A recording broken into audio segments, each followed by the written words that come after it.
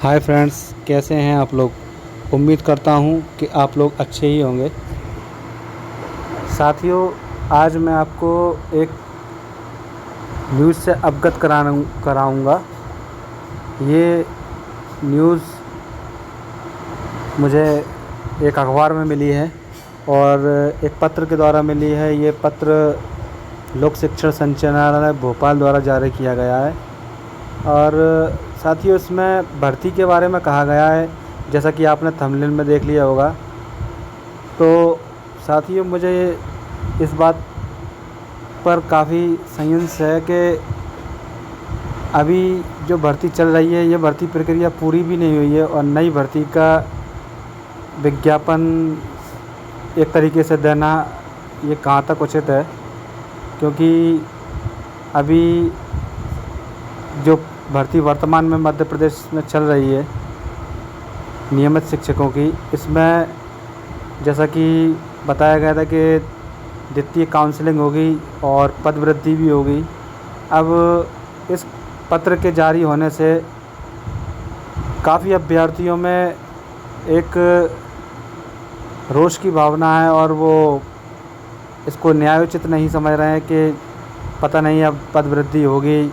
और इतनी मेहनत से जिन साथियों ने अच्छे अंक प्राप्त किए, लेकिन नाम मात्र के पद होने के वजह से वो इस भर्ती में सिलेक्ट नहीं हो पाए।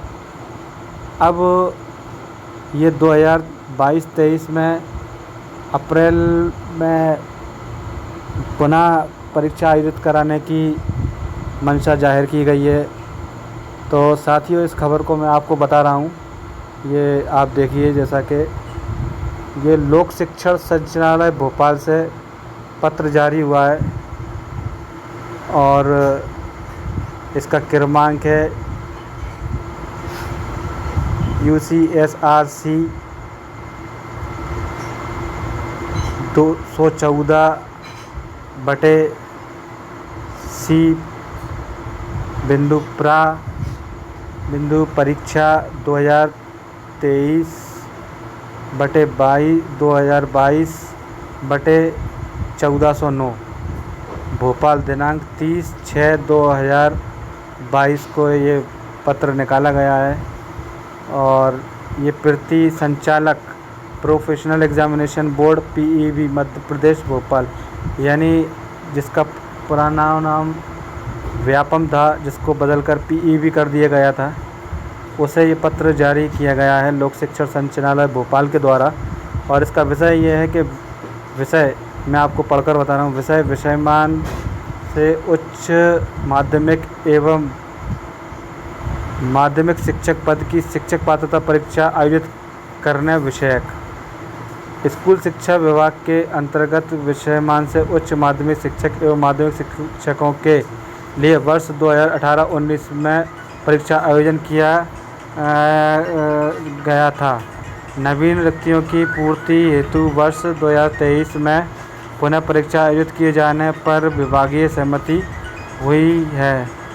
अतः कृपया उच्च माध्यमिक शिक्षक के लिए 16 विषय एवं माध्यमिक शिक्षक पद के लिए 7 विषय हेतु शिक्षक पात्रता परीक्षा अप्रैल 2023 में आयोजित करने हेतु वर्ष 2023 के कैलेंडर में जोड़कर विभाग को सूचित करने का कष्ट करें।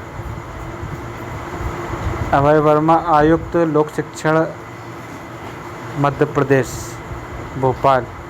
और पृष्ठांकन UCR/100/214 C प्रा परीक्षा 2023/2022/1410 भोपाल दिनांक 30/6/2022।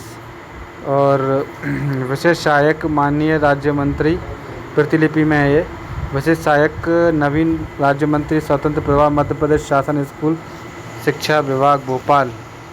और दूसरा प्रमुख सचिव मध्य प्रदेश शासन स्कूल शिक्षा विभाग मंत्रालय भोपाल। तो साथियों, इस खबर से, इस पत्र के माध्यम से ये PEB को लिखा गया है कि आप पुनः परीक्षा कंडक्ट कराइए। अब ये एग्ज़ाम दोबारा कंडक्ट होने से इस भर्ती परीक्षा जो अभी 2018-19 में आयोजित की गई थी, जिसके अभी भर्ती प्रक्रिया रनिंग में ही है और काफ़ी उम्मीदवार इस बार उन्हें ये खतरा है कि वो ओवरेज हो जाएंगे और अगर द्वितीय काउंसलिंग पदवृद्धि के साथ नहीं हुई तो ऐसे उम्मीदवार अपने आप को ठगा भी महसूस कर रहे हैं, क्योंकि लाखों की तादाद में फार्म भरवाए जाते हैं और फिर 60 पद और 50 पद, जैसा कि आपको विदित हो अगर आपने इस परीक्षा की जानकारी पूर्व में ली हो या आपने अखबार में देखा हो या किसी साथी से पूछा हो, तो जैसा कि मैं आपको बता रहा हूँ, माध्यमिक के सामाजिक विज्ञान के मात्र 60 पद DPI ने जारी किए थे और इसके बाद यदि बात करें विज्ञान की तो मात्र 50 पद। तो साथियों ये क्या है? ये एक नाम मात्र के पद निकालना, यानी ऊँट के मुंह में जीरा कह सकते हैं अपन इसको। ऊँट के मुंह में जीरा ही दिया है इन्होंने। और अब ये लोक लुभावना पत्र और इसके बाद में क्या पता फिर यही 60-70 पद। और जबकि साथियों मैं अपनी बात को इसलिए इस तरह से कह रहा हूँ क्योंकि अभी तर्क दिया गया था कि हमारे पास इतने पद नहीं हैं। तो साथियों फिर अतिथि शिक्षक 40,000 अतिथि शिक्षक अभी वर्तमान में कार्यरत हैं, उनको पुनः लिया जा रहा है। और इतना ही नहीं साथियों, उसके बाद 20,000 अन्य पद वो बढ़ा के बताए गए हैं। तो 60,000 पद अतिथि शिक्षकों के। और अभी जो सर्वे कार्य करवाया गया था उसमें इससे 5 गुना से भी अधिक पद रिक्त हैं। तो साथियों देखते हैं अब आगे होता है क्या। परीक्षा कराई जाती है, फिर देखेंगे कितने स्कोर जाते हैं, कितने कट ऑफ जाते हैं। और तब तक के लिए धन्यवाद साथियों। और मेरा तो यही कहना है कि जो परीक्षा में अपेयर होना चाहता है वो अभी से मेहनत चालू कर दे, क्योंकि दिन पर दिन प्रतिस्पर्धा बढ़ती ही जा रही है, जैसे हम कंपटीशन बोलते हैं। और नाम मात्र के पद होने पर तो फिर उसमें एक तरीके की बहुत हाई लेवल का कंपटीशन हो जाता है, जिसमें सिलेक्शन लेना एक टेढ़ी खीर हो जाती है, लोहे के चने चबाने जैसा हो जाता है।